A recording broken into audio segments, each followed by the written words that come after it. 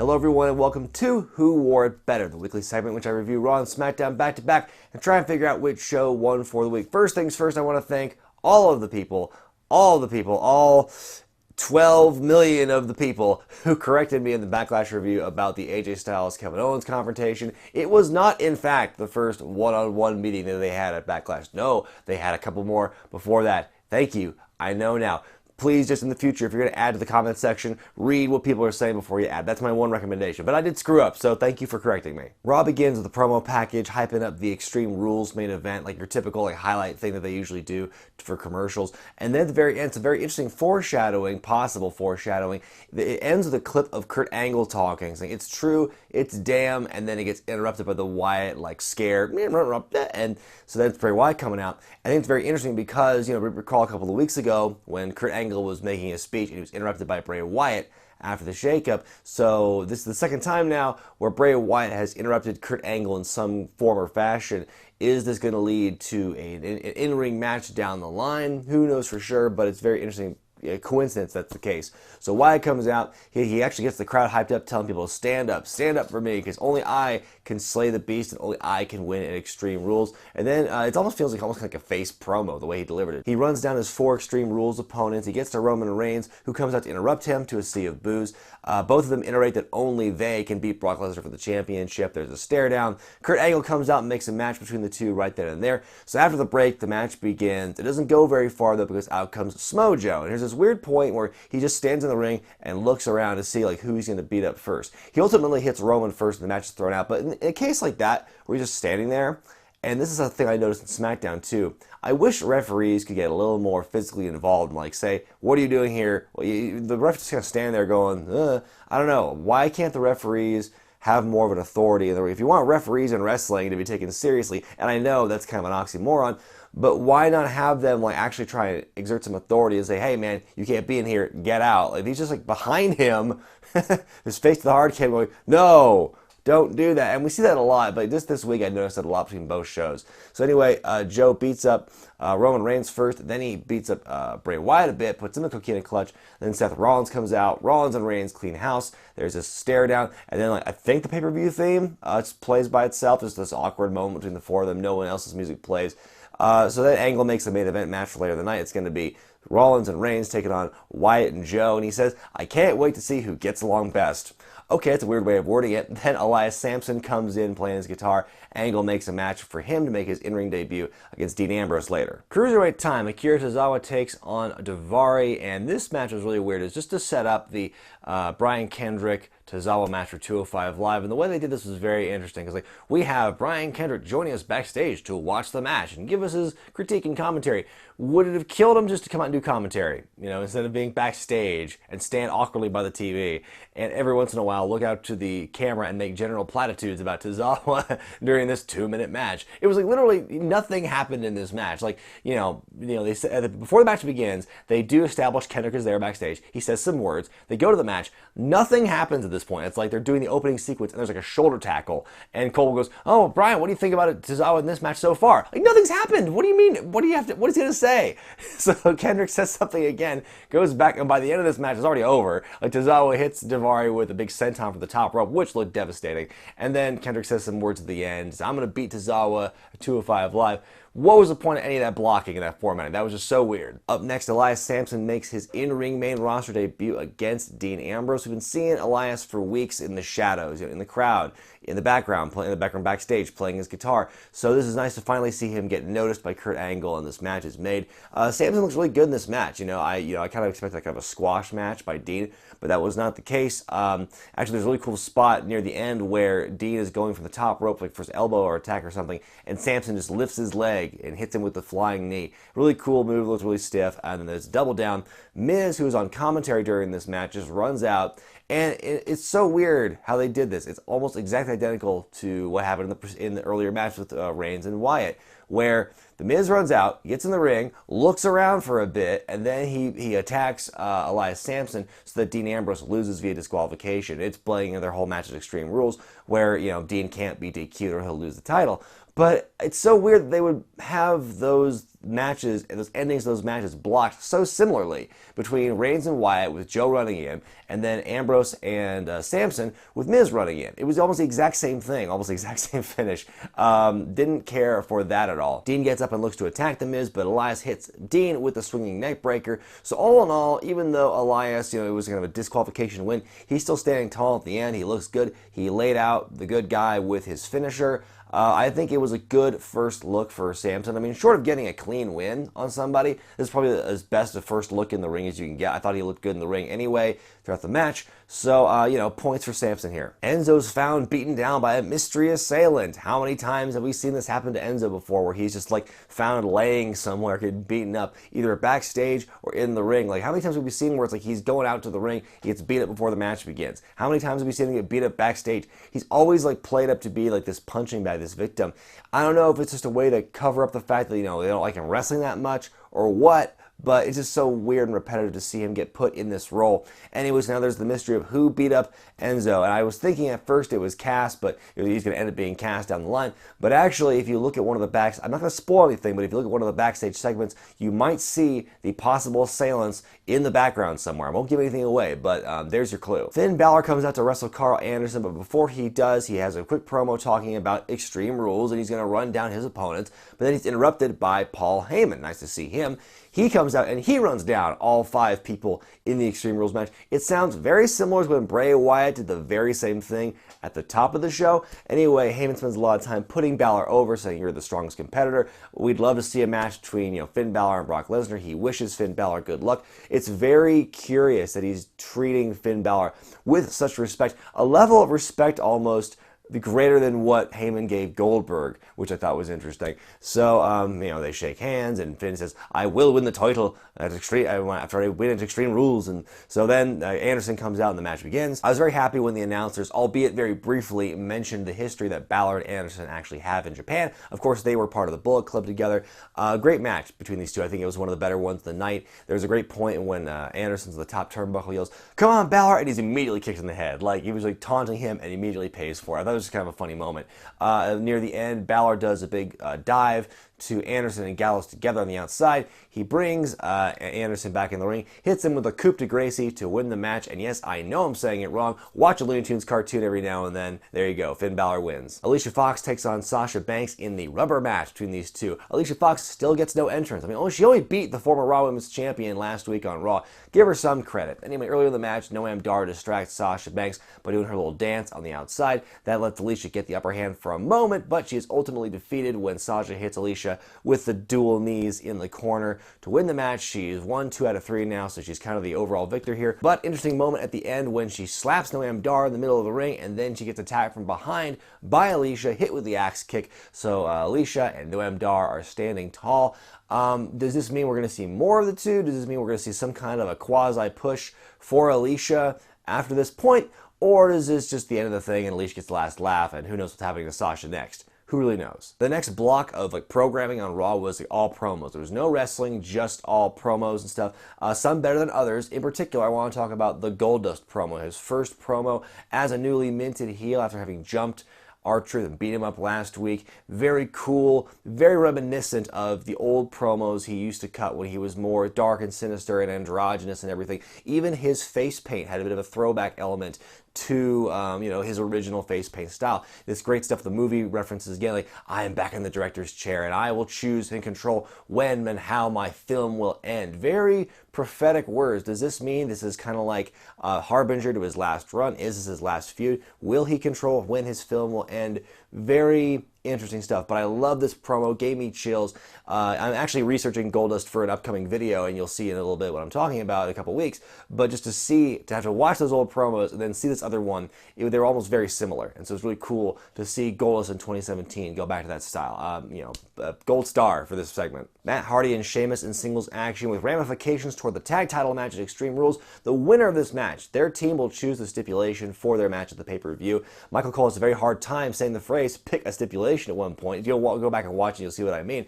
The match gets a "This is awesome" chant near the end. I'm like, really? Like, it was an okay match, but I wouldn't classify it as "This is awesome" worthy. But then again, that chant gets thrown around like nothing these days, so I guess I'm not too surprised. It was a fine match, but it wasn't "This is awesome." That was my opinion.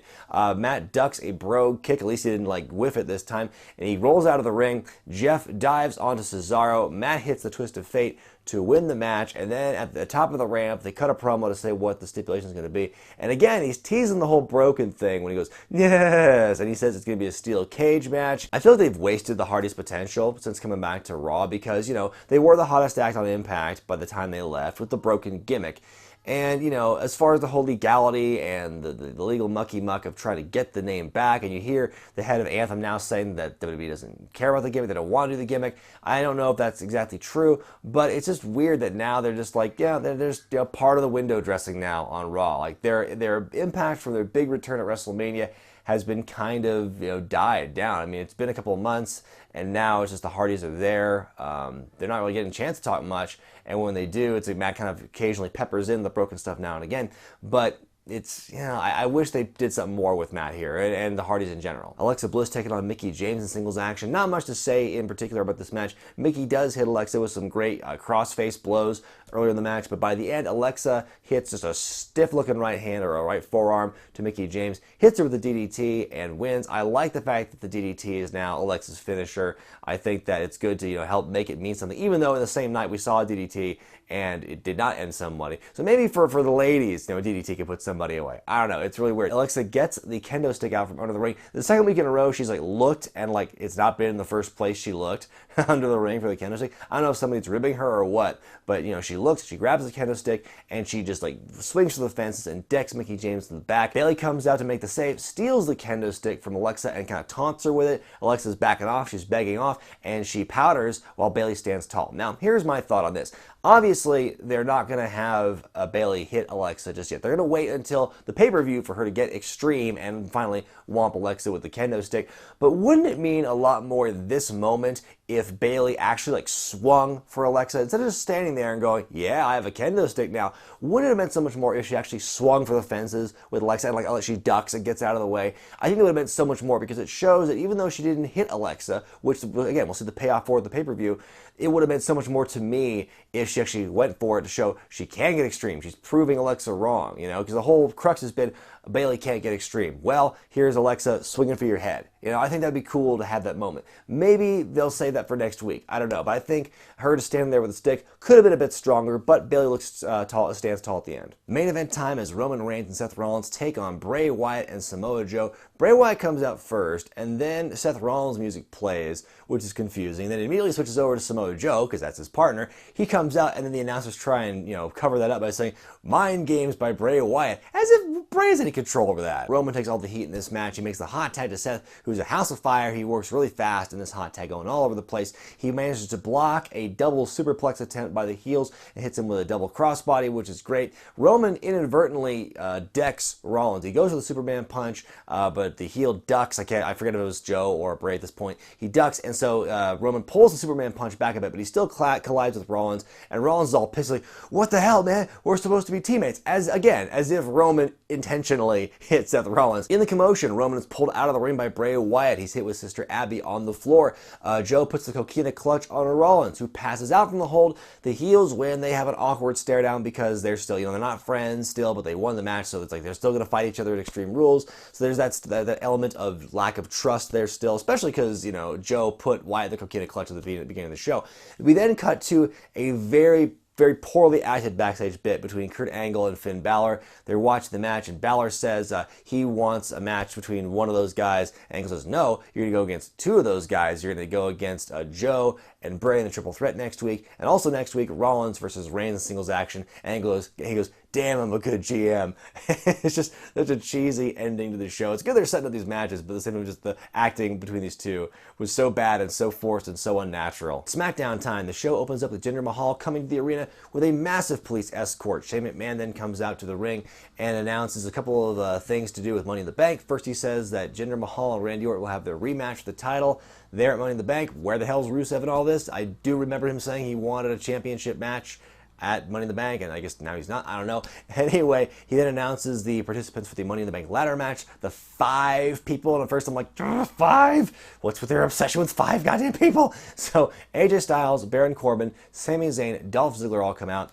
Kevin Owens comes out under the impression that he's the 5th guy, and then Shane says, no, you're not the 5th guy, here is the 5th guy, it's Shinsuke Nakamura. Kevin's complaining, well, how come I'm not in this match, but AJ Styles, who I beat on Sunday, is? A very valid point, very valid criticism, Kevin. So Shane just makes him the 6th man right then and there. That was super easy. So now you've kind of combined all 3 of like these singles feuds from Backlash into the Money in the Bank. You've got Dolph Ziggler, who lost to Shinsuke Nakamura, AJ Styles, who lost to Kevin Owens, and Baron Corbin, who lost to Sami Zayn. They're all in this match together. And then they all start cutting some promos together. Corbin tries talking on the mic, but apparently his mic's not working, so they give him a new one. At one point, Styles calls Kevin Owens the Eric Cartman of WWE because he's fat, I guess. And then later on, Corbin calls Sami Zayn the Rudy of WWE. Such timely references these writers are pumping out here in this opening promo. Natalya and Carmella take on Becky Lynch and Charlotte in what is damn near a rematch from Backlash. It might as well have been. It's very interesting that Charlotte's all buddy-buddy with Becky and Naomi now, because she's not at all doing the heel persona that she had before. I don't know if it's just a matter of she has to change a heart, or things are just watered down, she get lost in a shuffle, or what. She just seems like everybody else now on the women's division on SmackDown. This is the first match where they have the picture-in-picture during the commercial break, so now you get to see all that riveting action you don't see during the commercial, like more stalling on the outside, the heels getting their cut off, and then they do, you know, their heel heat for a while, and it's nothing really special or spectacular in that sense. The match ends when Becky gets Carmella in to disarm her, despite, you know, attempted interference from James Ellsworth. The faces win. They get their win back from Sunday, and that's how it goes. It's not the first time you'll see something like that happens where they trade wins. Baron Corbin and Sami Zayn in their rematch from Backlash doesn't go very far, because Sami actually beats Corbin with a surprise roll-up and wins the match. Shocks everybody. As he's celebrating, Corbin snaps and just beats the hell out of Sami. He goes into the crowd, beats him up. It's a very vicious attack by Baron Corbin. And here's the thing. I brought up earlier about the whole referees needing to be more, you know, trying to get more involved in things. Corbin is like beating the hell out of Sami. He's like punching him on the barricade. Why can't the referees, even though they're smaller than Corbin, what's stopping them from trying to physically restrain him in this case? Because the match is over, and at this point Corbin is going outside. He's going beyond the pale.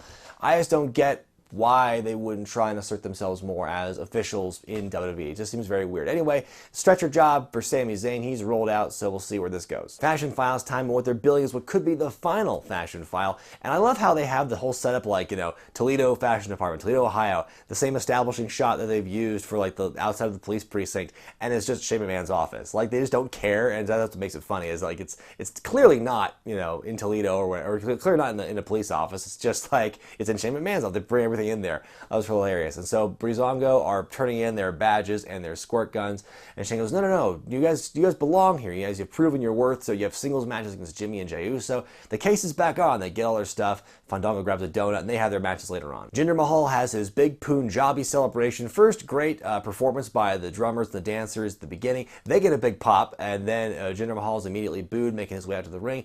He makes his big speech. He's saying that he is already the greatest WWE champion of all time. He speaks in Punjabi. He says he's the Maharaja. There's great pyro. Very good use of restraint by WWE to not have this big overdone celebration interrupted by a babyface. We've seen that happen a lot before, so I'm kind of surprised they didn't do that here.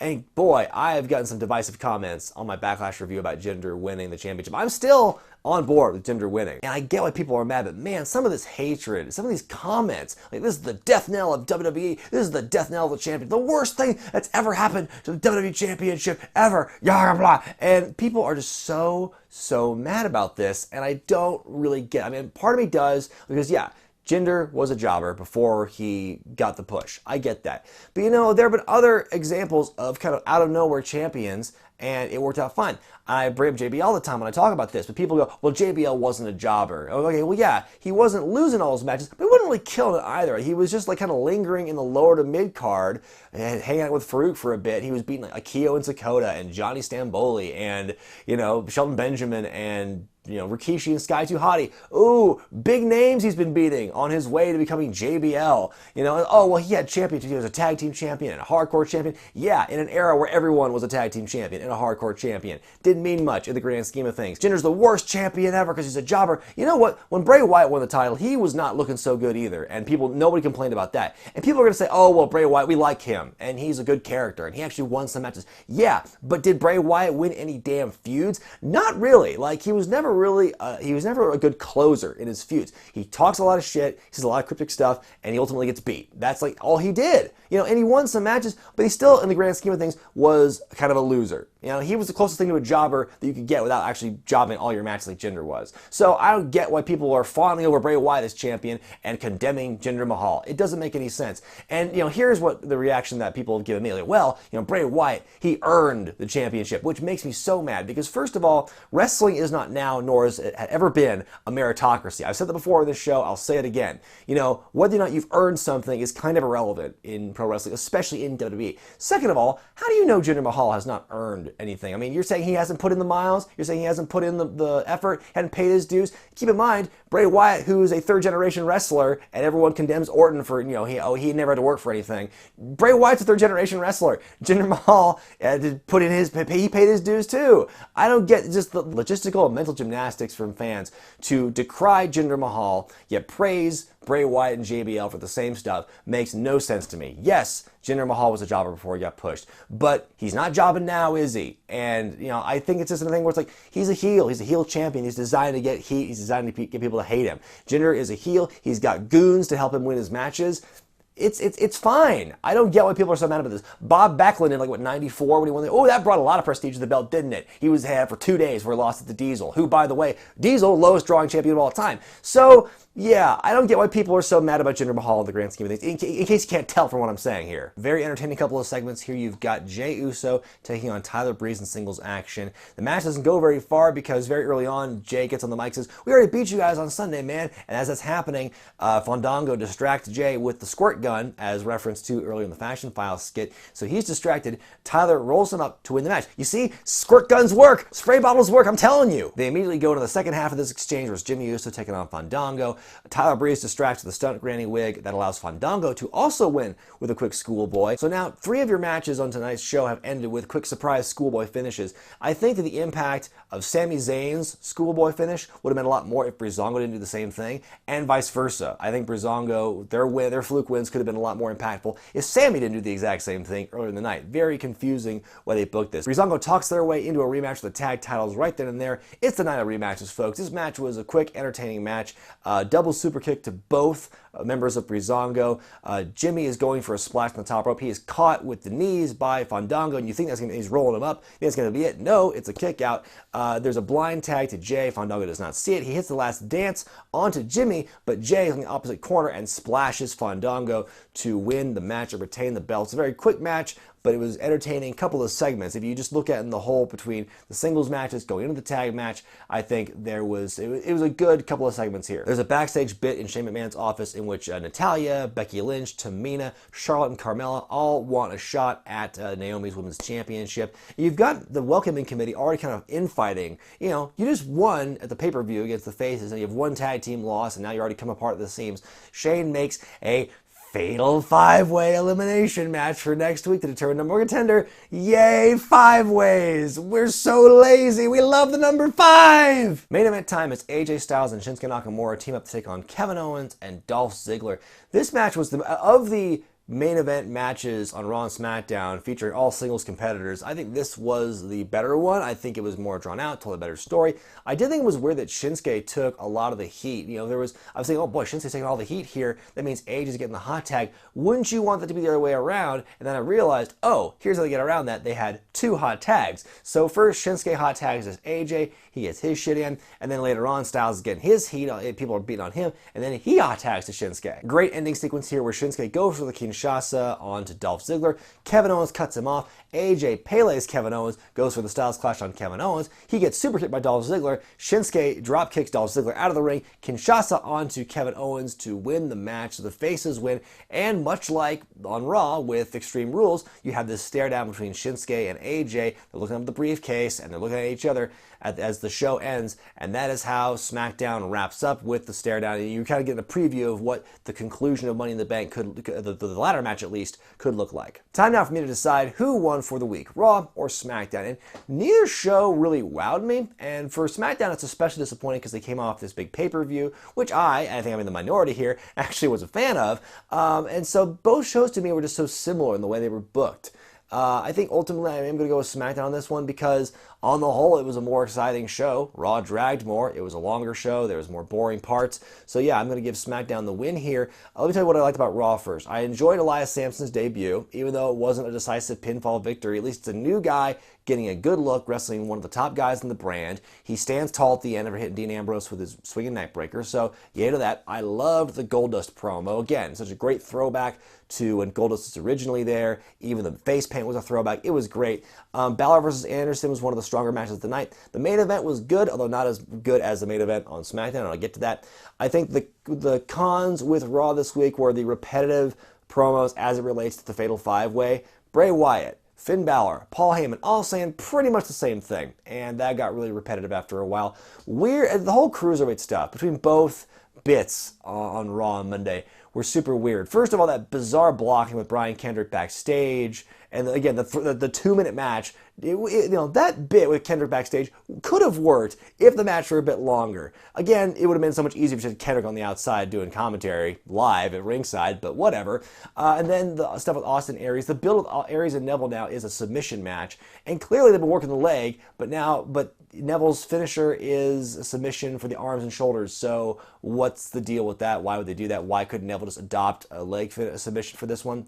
I don't know. With SmackDown, I enjoyed Jinder Mahal's Punjabi celebration. It was a classic way to garner heel heat, to really establish himself as this despised man. Yes, it's anti-American, racist, old school heat, but it works. Listen to the crowds, The tag title stuff with Breezango and the Usos, from the singles matches and the Fashion Files to the tag team title rematch. Even though it's a rematch and I hate pay-per-view rematches so soon, I think the whole story they told was great, where they got under the Usos' skin with the quick wins, and then they got the rematch, even though it ended with Usos still winning at the end. Main event, again, I think it was the stronger tag team main event between Raw and SmackDown. I think the story they had was great. Shinsuke, I don't think he's reached his full potential yet, but I think they're going to get there. The whole thing I didn't like about SmackDown was the fact, they had a bunch of rematches from Backlash. We just saw the pay-per-view. You have Baron Corbin and Sami Zayn in a rematch that meant nothing ultimately because it was Corbin beating up Sami. You could have had Corbin beating up Sami backstage and accomplishing the same thing. You had the women's tag team match, which, Backlash was a 6-woman tag, and this is a 2-on-2. It might as well have been the same thing. And then you've got the tag team championship rematch. And the fact you had 3 of your matches end in schoolboy fluke victories, 3 to me is too much. I think if you had 1 or 2, it's fine, but 3 on the same show, it's a little much. And where the hell's Rusev? They had this whole thing where Rusev was coming back, and I was actually getting pumped for Jinder Mahal, Rusev title match. Yes, you heard that correctly. And then they've just kind of killed that dead. Because he didn't show up last week on SmackDown, didn't show up tonight. Now they've established the rematch for Money in the Bank is going to be Orton and Mahal. So where does Rusev fit into all this? And that bums me out, that they're kind of putting that on the back burner, it seems, as of right now. Unless they're going to bring him in, they're going to make it a triple threat, which I actually would be open to. That is disappointing to me. So even though SmackDown did have some weak points and have some repetitive points to Backlash, I will say it was the stronger show overall. It did not drag, so I'm going to give SmackDown the win for this week. So let me know what you thought about Raw and SmackDown this week in the comments section below, and don't forget to vote for which show you thought was better in the gimmick in the upper right-hand corner of your screen. Be sure to thumbs up this video if you like it, subscribe to Wrestling with Regret, buy the t-shirts at ProWrestlingTees.com, and be sure to check out the Patreon page. For as little as $1 a month, you can help support Wrestling with Regret in my show's endeavors. You can get early access to Thursday videos, get your name in the credits in those Thursday videos. You can help dictate what classic pay-per-views you want me to review. By the way, the first one of that series is coming up this Saturday, and you can also get the exclusive Stunt Granny t-shirt. I'm Brian Zane, and I'll see you next time.